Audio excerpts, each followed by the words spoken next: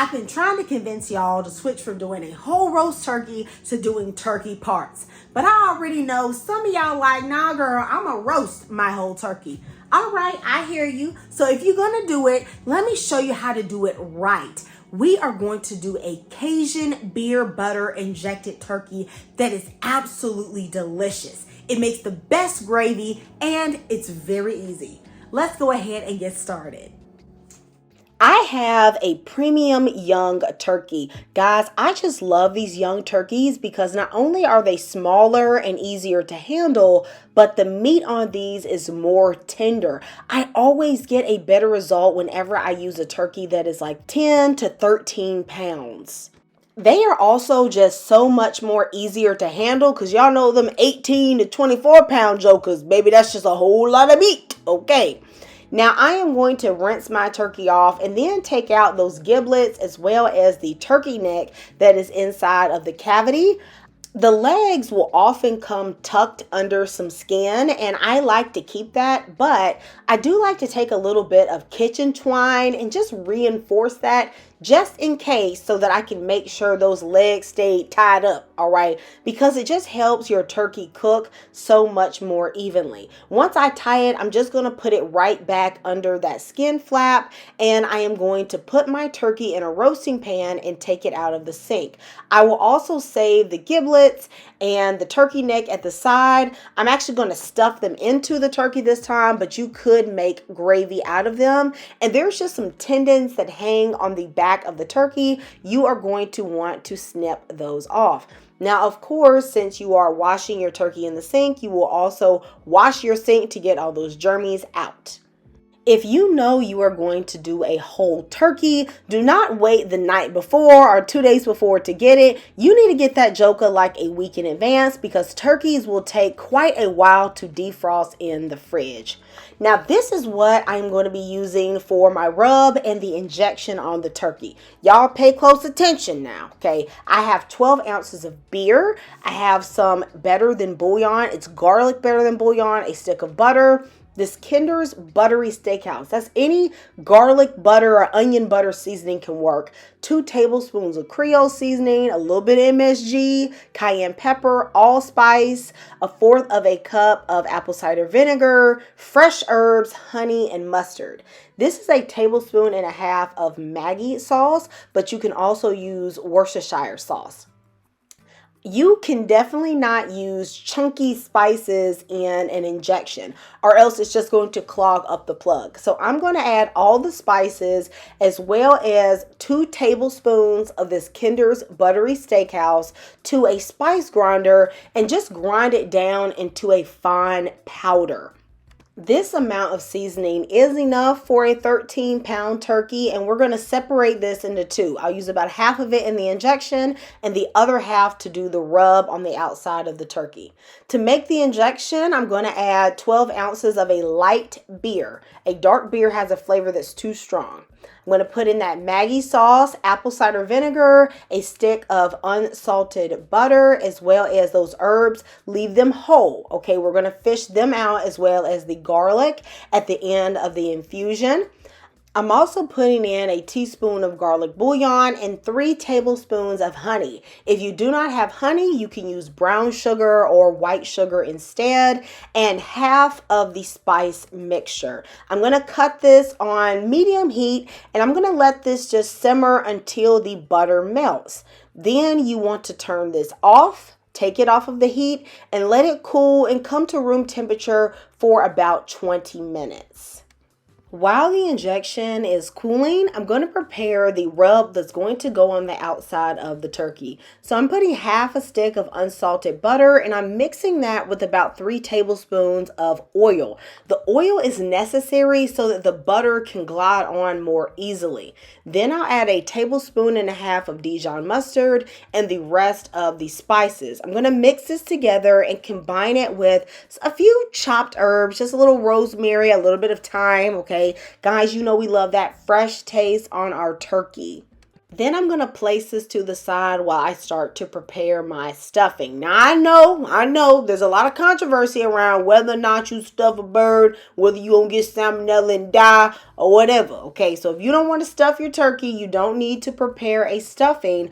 All you want to do is chop up maybe a carrot or two, chop an onion roughly, and get some celery and a few herbs, and we'll put that inside the turkey. And that's not really a stuffing. That's just going to add like an aromatic. But if you want to do a stuffing, then you're going to use 6 ounces of a cubed stuffing mixture. You're going to add 2 tablespoons of butter, an onion, a stalk of celery, and then you're going to saute this until it gets nice and soft. Your stuffing doesn't cook a ton while it's inside of the bird, so it needs to be fully cooked before it goes in there. One of the reasons why some people do like to put a stuffing inside the turkey is because it absorbs those turkey juices and it is really nice and moist. However, it can take longer for your bird to cook because the stuffing is going to have to reach about 160 and then it'll carry over the temperature to 165. So you guys decide. I'm going to put up the cooking times for both the stuffed and the unstuffed turkey. I've added a cup of chicken broth and 6 ounces of the stuffing mix, and I'm going to mix this until the cubes are nice and soft. Then I'm going to take it off the heat and just place it to the side while I prepare my turkey. Y'all, this stuffing actually tastes really good. So if you just want to make this like stovetop stuffing or something like that, you are welcome to do that, okay? So now my injection has cooled down. I'm going to take out all of the big bits, like the herbs and the garlic. All you want is that fine, buttery Cajun beer mixture, okay? So let's start putting this bird together. First thing I'm going to do is rub down this bird, all right? I want to get under that skin on that turkey breast especially, but you got to get all over. Okay, we eating the whole turkey, so don't be one of them people that only just do a little sprinkle of salt and pepper on the outside of the skin. That's not enough, okay? That's not enough, all right? That buttery seasoning that we use is going to add a really delicious buttery flavor to the whole turkey. So you want to spread this everywhere. Now, something that I do like to do is concentrate the fresh herbs under the skin because sometimes they burn a little bit on the outside of the turkey. So if I find them, I'll stick them under the skin, but don't be too finicky about that.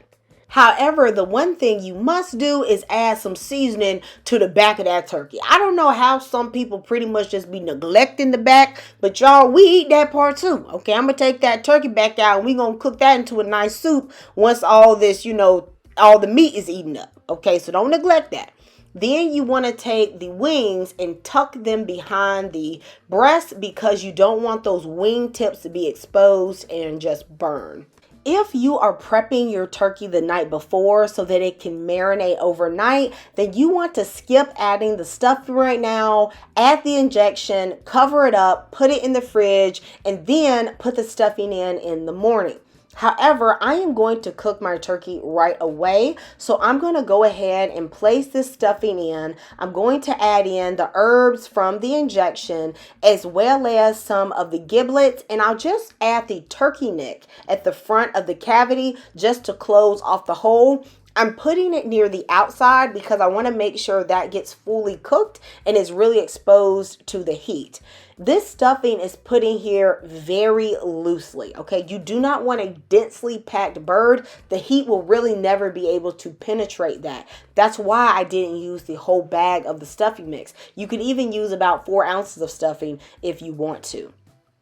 So this is my injection mix. I'm going to mix this up with my spoon periodically just to make sure I'm getting an even mixture of butter and herbs. And y'all, this is the injector I have. I have that one from the Tony's Creole seasoning. Y'all, I just watch that and then I just be using that one, okay? So let's talk about where to put the injection, how much to use, and some tips. I always do a full ounce injection at the top of the breast meat since that is a place that can get very dry. I also like to make as few holes as possible because the more holes you poke, the more places the injection will have to drain out of the bird. So when I stick the needle into one spot on the turkey, I will move the needle around and inject around that injection site, and I will put the injection, or the marinade, I should say, all around that area without making multiple holes. This is important because you want all that goodness to stay inside of your turkey. You definitely are going to put some on the dark meat. Okay, you can see right now this turkey getting them hips. Okay, they getting that BBL, right? Your turkey should look swole. Okay, if it don't look swole, you ain't put enough. You definitely don't want to miss the thigh and the wing, because those are my favorite parts and they surely need some love. And remember, most of the seasoning is coming from this marinade. That's why if you can let this sit overnight and just infuse into that meat, it will be really good. But if you don't have overnight, like I didn't have overnight, you could also let this sit at room temperature covered for about 45 minutes or so. No, you are not going to get salmonella just letting your turkey sit at room temp for 30 to 45 minutes. Unless, of course, you do. And in that case, honey, I'm going to pray for you, okay? I'm going to pour the leftover marinade over the bird and then cover this turkey with foil. I'm going to place this in a 350-degree oven, and I am going to cook mine for the cooking times for a stuffed bird. Now that is about 15 minutes per pound, but you always need a meat thermometer to know for sure when your turkey is going to be done. As it is cooking, you are going to want to baste the meat once every 60 to 75 minutes. Because I have that stuffing inside the turkey, it's not releasing a ton of juice, especially not initially, because so much of it is going inside. So I'm going to add about 2 cups of water just to mix with whatever pan juices is down there. And I'm going to use that to baste my turkey. Then I'm going to cover the turkey back up and allow it to cook until you get to about the last 30 to 35 minutes of the cook time. Now at that point, you got to marinate that meat. I'm going to take off the foil and then spray it with a little bit of oil just to help it brown. All right, you want to get that nice, crispy, beautiful skin, and that oil is going to help you get there. You don't need to crank up the oven temperature or anything like that. If you just let it keep cooking, it will start to get brown. Something you have to look out for is that the breast meat is often going to get darker before the rest of the turkey because it is closer to the burner. And let's say you have a convection oven, then you won't have this problem as much. So when it gets dark enough, I'm going to just cover it with foil so that the rest can get brown and it doesn't overcook the top of that breast. When your meat, the deepest part of your breast, is registering at least 160, and for a stuffed bird you want the stuffing to register at least 160. You can take it out of the oven, cover it, and let it rest for about 20 to 30 minutes before you carve it. During that rest period, the carryover heat is going to take the bird to at least 165 degrees. Now I know this is one purty birdie, okay? But y'all gonna love the gravy even more. All this pan juices at the bottom, I'm going to strain this into a pot. And then to make it into a gravy, I'm simply going to add 2 tablespoons of cornstarch mixed with a little water. I also took the giblets out of the turkey and I chopped them up and I stuck it in there just to make a little, giblet gravy. And y'all, this is the most delicious brown gravy of your life. Okay, you have to trust me on this. This is really, really good. Now, I know you all want to see the inside of this turkey. Okay, you want to see, is it juicy? Okay, was it worth the effort? Baby, I can tell you it is. Okay, do y'all see the nice seasonings inside of the turkey? Do y'all see that juice in there? Oh my goodness. I really don't like white meat like that, but I can tell you for sure that this is juicy, tasty, and delicious. I hope you all make this recipe. Let me know in the comments if you try it for Thanksgiving. I'll see you next time in Kamira's Kitchen. Goodbye and God bless.